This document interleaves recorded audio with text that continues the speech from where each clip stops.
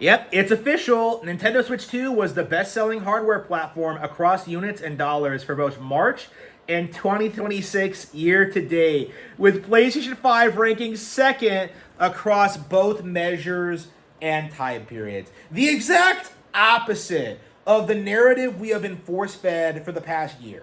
Okay, we were told that the PS5 was raping the Switch 2 in sales, that Sony was stealing all of its games, that all the kids wanted to play on PlayStation, that nobody was buying a Switch 2, that it was just rotting on store shelves, that nobody was going out to buy these things, okay? Ignore those sold out games, ignore all the releases, ignore the 15 million units sold for Mario Kart World, ignore, all of these signs that the Switch 2 is doing well. Let's just listen to Nintendine prattle on about how the PS5 is supposedly outselling the Switch 2. And this goes into what I've been saying for a long time, is that, basically all the numbers you hear regarding PlayStation sales numbers are completely fake. Because we saw, unanimously among the community, right, that the PS5 was stomping the Switch 2. It was the way more popular console. It sold way more over the holiday season, and yet the reality was quite a bit different, okay? That wasn't true at all. PlayStation and Xbox sales are way down, and they're not going to recover. They have nothing on the horizon. In fact, the big PS5 exclusive Pragmata not only launched on Switch 2, it failed in general. It wasn't that good. We're seeing more and more of these situations. We're seeing more and more weight be pressed on the shoulders of Grand Theft Auto 6, a weight that it can't possibly bear by itself. And all the while, we're seeing Nintendo just casually just release hit after hit after hit. Whether it's Mario Tennis or Pokapia or, Tamagotchi Life. What we're seeing is just endless success after success after success. The reality of this situation is that the industry at large will not admit that Nintendo is winning. They are going to bend over backwards and do everything they possibly can to pretend that the Switch 2 is not successful, that it's not this the fastest selling hardware ever made, that it's not dominating the sales charts, that it doesn't have the best software, that it's not selling the most amount of software. They're just going to keep doing this thing where they keep trying to tell you that, oh yes, Capcom, they're someday going to make PC their primary platform, and then you look at the actual numbers and you can see that, Switch is doing way better than Capcom games on PC. It's remarkable, okay, to see the lengths that the gaming journalism community has gone to continue the narrative that Nintendo is failing and is on the way out. Just look at the Mario Galaxy movie, right? It's gonna make $1 billion this week, I'm sure. And then meanwhile, you have Chucklefucks on Twitter saying it's somehow trailing behind the success of the first movie, ignoring the fact that the movie Galaxy hasn't premiered in Japan yet. It's just what are you talking about? It hasn't even been out in theaters for a month. And you're doing this thing well, it only made $1 billion. What are you talking about?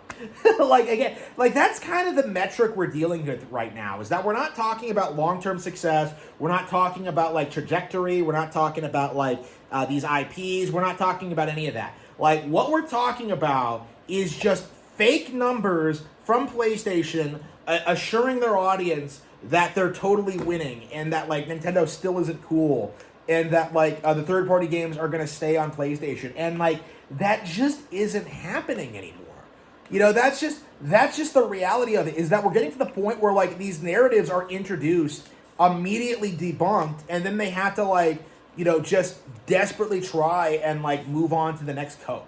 Okay, because it wasn't that long ago where people were trying to tell us that the Switch 2 was failing in the US, that nobody was buying these consoles, and what do you know? It's doing really well, especially after the release of Pokapia. We were told it didn't do well over the holiday season. That was wrong. We were told this company was failing. We were told that Nintendo was doing all these things wrong, that they were this evil, malicious company. None of it was true. That's the really interesting thing about this, is that we have seen the complete narrative just completely collapse. over the past couple of years. Like what we've seen is just more people are acknowledging that the narrative regarding the Switch 2 doesn't make any sense. Like, again, how much longer can we have retards on Twitter try and say that there's nothing to play on this thing? When, like, you know, you can just go on my live stream at any given moment and see me playing, Pokemon Champions or Tales of Berseria or, Tamagotchi Life or, Yoshi next month. Like, I'm swamped with games to play. I cannot keep up with all the games I need to get through. Like, it's remarkable to see where we're at in the community. Like, that's just kind of my mentality about it. That's just kind of my mindset. That's what I'm seeing here. Like, looking at what people are doing, looking at the copes we have seen over the past several years. All of it is gonna fall completely apart the instant that Nintendo releases their actual financial reports. Every time they release their actual numbers and we actually get to see them, we see how well they're doing, we see how much money they make, we see what the numbers actually are instead of this rampant speculation. I would not be surprised if Mario Tennis Fever clears a couple of million units this quarter. And the narrative will be well, that's all it is. And then these games don't sell that much. Okay, a couple of million units is perfectly reasonable for Mario Tennis. Tennis Aces is the best-selling Mario Tennis ever, and I think it only did 4 lifetime. And technically, that game is still for sale. So we're in this weird situation right now, where the community at large is trying to push this narrative, trying to destroy the Switch 2, trying to destroy Nintendo. Freaking out about Nintendo Directs. And then, in reality, actual fans are playing Switch 2 constantly. We have our Nintendo Today app. In a lot of cases, people are disengaging with Twitter entirely. I myself am focusing more on, political stuff and more book stuff. I'm not really watching what, other YouTubers are doing. Because, more and more, nothing they say or do matters. That's the big thing, is that their job, their literal career is to, influence people away from Nintendo and, support the other brands. That's their goal. They're propagandists. And, the simple fact of the matter is, it's so easy to just ignore people like Angry Joe, okay?